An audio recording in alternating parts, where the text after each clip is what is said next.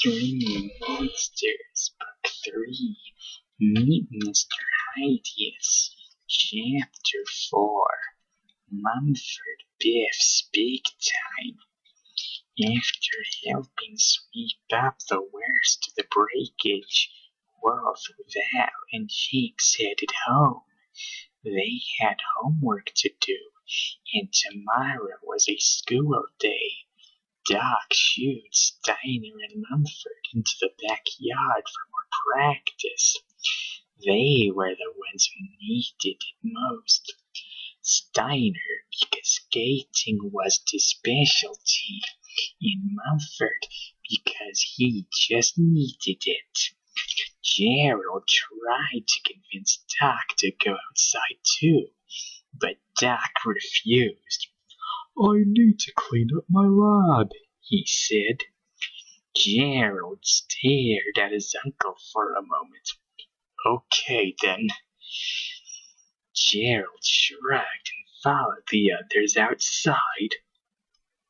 "Why am I feeling uneasy?" wondered Steiner. What made Gerald's "okay then" sound like a threat? "I must be losing it," muttered Steiner. He needed to forget about Gerald and concentrate on crashed ice. As Steiner and Mumford were getting ready, Gerald slouched his way down the steps and into the backyard. He stared up at the half-pipe and smiled nostalgically. "Man, I used to be the best at this," he said.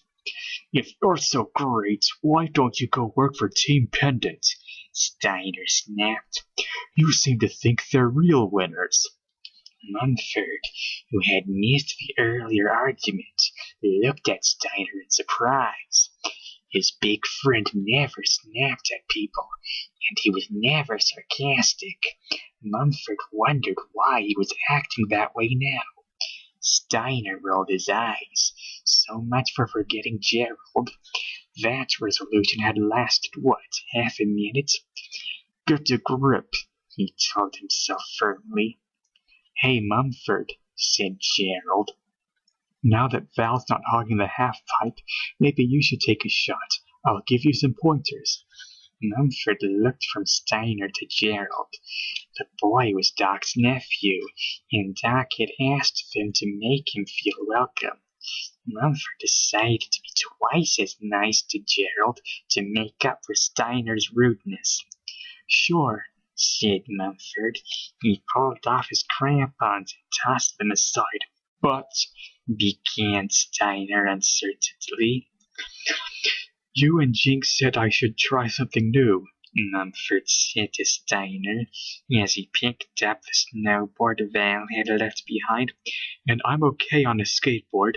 I sketch behind your bike all the time, remember? And Gerald will help me." "Don't," Steiner began. "Don't what?" asked Mumford. "What's the problem, Steiner?" Gerald asked. Steiner hesitated. "Maybe it's me," he thought. "Maybe I'm not being fair to Gerald. I'll have to try harder."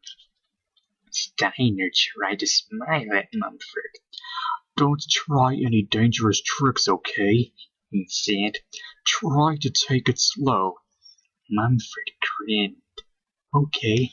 He trotted over to the half-pipe while Steiner skated toward the top of the crashed ice course. From the top of the slalom, Steiner could see Gerald and Mumford talking. Gerald was waving his hands. He seemed to be demonstrating something. Mumford slid down the entry ramp onto the half-pipe.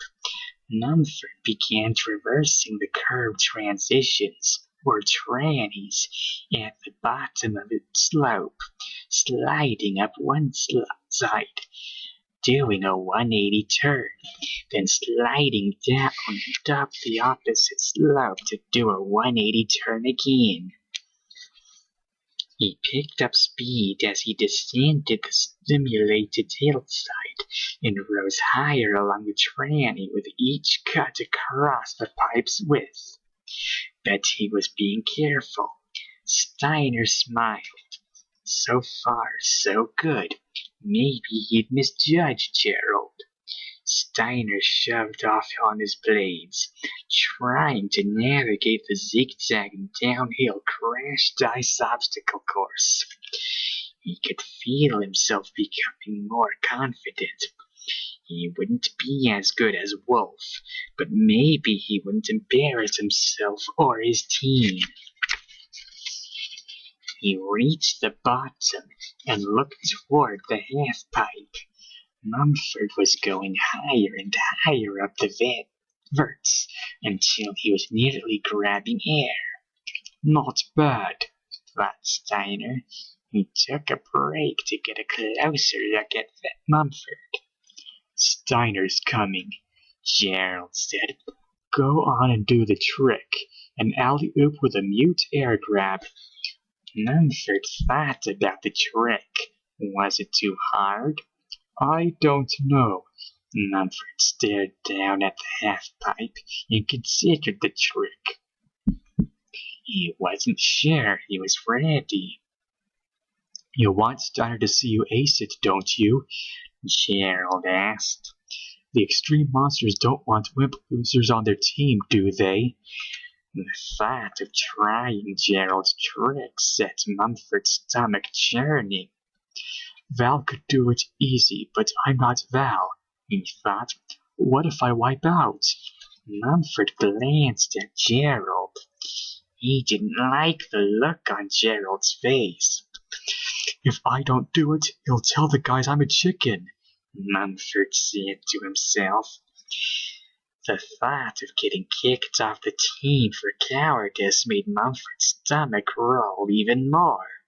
He took a deep breath. All right, he said. I'll do it. As Steiner watched, Mumford slid up the vert, crouched, jumped with his back foot, and flew up over the lip. He kept his knees close to his body as he spun toward the top of the slope in a clean 180 turn. The beginning of a perfect alley-oop, Steiner thought, and he smiled proudly at his young friend. Mumford grabbed the toe edge of his snowboard with his front hand, thrust out an awkward back leg, and threw up his back hand. He's trying for a mute air grab, Steiner thought, watching in horror. But Mumford isn't out nearly far enough. Mumford landed with one leg halfway in the air and the nose of the board pointing downward. He dug into the tranny, tipping Mumford forward. He biffed hard. Mumford tumbled onto the flat of the half-pipe and lay still. Steiner leapt onto the half-pipe and knelt beside his friend. I should never have left him alone with Gerald, he thought. I'd never have done a dumb stunt like that. He'd never have done a dumb stunt like that on his own. I should have been watching him more closely. It's my fault if... But, as he knelt over Mumford, Steiner saw the boy was still breathing.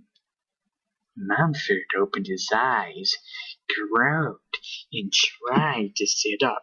My head, he said. What happened? I think he's hurt, Gerald said. His voice sounded cold and not at all sorry. You need to tell Doc. You and Doc should get him out of here right away. Just lie there, my man, okay? Said Steiner. Don't move. And he raced off to the lab. Doc knelt beside Mumford and examined him carefully from head to toe. He didn't think Mumford was seriously injured since he was wearing his helmet, but Doc insisted that they get x-rays to make sure. Head injuries could be tricky.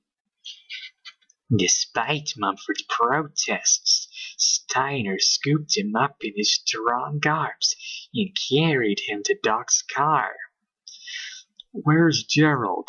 Mumford asked in a weak voice. Steiner looked around. He vaguely remembered seeing Gerald slipping through the kitchen door. Why does he sneak around all the time? Steiner wondered. Doc's his uncle. Maybe he's ashamed he let Mumford get hurt. Steiner shrugged. Forget Gerald, he said miserably. Come on, Doc. We need to hurry.